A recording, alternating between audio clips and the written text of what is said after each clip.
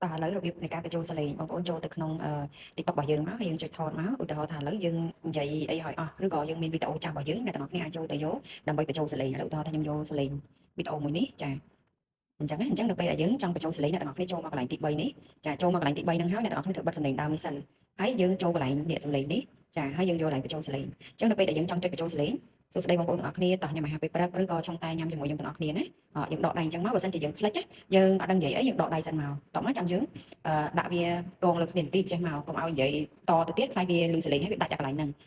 តែសុខភាពមួយនេះគឺជួយឲ្យខ្ញុំញ៉ាំទឹកបានច្រើនជាងមុនសំខាន់នៅពេលដែលខ្ញុំញ៉ាំគឺជួយឲ្យខ្ញុំមានគេហៅថាអារម្មណ៍ស្រស់ស្រាយនៅពេលព្រឹកព្រលឹមឡើងដល់ពេលអញ្ចឹងយើងភ្លេចទៀតយើងនិយាយទៀតយើងដាក់អញ្ចឹងមកសម្រាប់បងប្អូនដែលឲ្យខ្លួនឯងនៅពេលព្រឹកព្រលឹមឡើងកុំភ្លេចញ៉ាំទឹកពេលព្រឹកណាដើម្បីជួយប្រព័ន្ធរលាកអាហារយើងដំណើរការអញ្ចឹងនៅពេលដែលយើងនិយាយចប់បែបហ្នឹងហើយ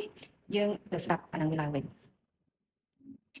ក៏ចង់តាមញ៉ាំជាមួយនឹងបងប្អូនគឺជួយខ្ញុំញ៉ាំទឹកបានច្រើនជាងមុនសំខាន់នៅពេលដែលខ្ញុំគឺជួយឲ្យខ្ញុំមានថាថាបងប្អូនដែលឲ្យខ្លួនឯងនៅពេលព្រឹកព្រលឹមឡើងកុំភ្លេចញ៉ាំទឹកពេលព្រឹកណាដើម្បីជួយប្រព័ន្ធរលាកអាហារនេះឃើញពេលដែលយើង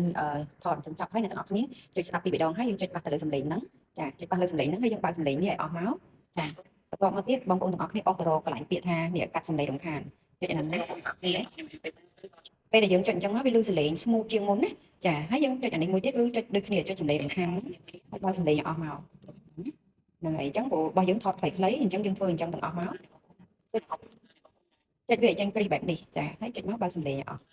ហើយយើងមើលទៅចប់ហើយអញ្ចឹងយើងស្ដាប់វាឡើងវិញពីរដងមកបើសិនជាស្ដាប់ហើយអូខេហើយអ្នកទាំងអស់គ្នារួចរាល់ហើយយើងចុចវាបែបនេះមកឬក៏យើងទៅសេអក្សរអីអញ្ចឹងមកពេលដែលទៅសេអក្សរយើងចង់ដាក់អក្សរវានៅកន្លែងណាយើងចុចវាចេញមកវិញសិនបន្ទាប់មកចាំយើងដាក់អក្សរអញ្ចឹងមកតែសុខភាពអញ្ចឹងមកហ្នឹងគឺជារបៀបនៃការបញ្ចូលសលេងហើយយើងដាក់អក្សរហ្នឹងយើងចង់ដាក់អក្សរបែបណាយើងប៉ះអញ្ចឹងមកពណ៌ក្រហមឬក៏យើងដាក់វាលោតបែបណានេះដាក់លោតអញ្ចឹងមកហើយចុចគ្រីសបែបនេះមកហើយយើងដាក់វាត្រឹមនេះមកឬក៏យើងដាក់វានេះហើយយើងទាញវាមកដល់ចប់វីដេអូបានន័យថាអក្សរយើងគឺចប់តែបើសិនជាយើងអត់ទាញដល់ចប់ទេអក្សរវានៅត្រឹមនេះគឺដាច់ទៅត្រឹមនេះទេអញ្ចឹងណាអញ្ចឹងយើងមានតែប៉ុណ្្នឹងឯងហើយយើងសរសេរហើយយើងផុសមកនេះគឺជារបៀបអូខេអញ្ចឹងយើងចូលទៅមើលរបស់យើងឡើងវិញហើយបើសិនជាយើងចង់សរសេរអក្សរអីហើយយើងចង់ដាក់ភ្លេងដាក់អីបន្ថែមទៀតយើងមើលតែបើអត់អ្នកទាំងអស់គ្នាសរសេរអក្សរ caption ឡើងនេះមកហើយដាក់ hashtag តែសុខភាពឬក៏អីនេះ hashtag របស់យើងអី TikTok អីអញ្ចឹងមកដើម្បីពេលដែលយើងផុសទៅមានគេមើលច្រើនអញ្ចឹងណាហ្នឹងហើយដាក់មក Facebook ឈ្មោះអីព័ត៌មានលម្អិតឆាតមក Facebook របស់ខ្ញុំអញ្ចឹងមក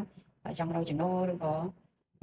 មិនចង់ទុកពេលចោលអីហ្នឹងអ្នកទាំងអស់គ្នាយើងអត់មានអាពាក្យហ្នឹងយើងសរសេរវាមកហើយចុចកន្លែងណាដែលវាមានមនុស្សមើលច្រើនតែប៉ុណ្្នឹងយើងផុសបានហើយអូខេណាអញ្ចឹងរបៀបគឺមានតែប៉ុណ្្នឹងឯងនៃការបញ្ចូលសលេងនោះ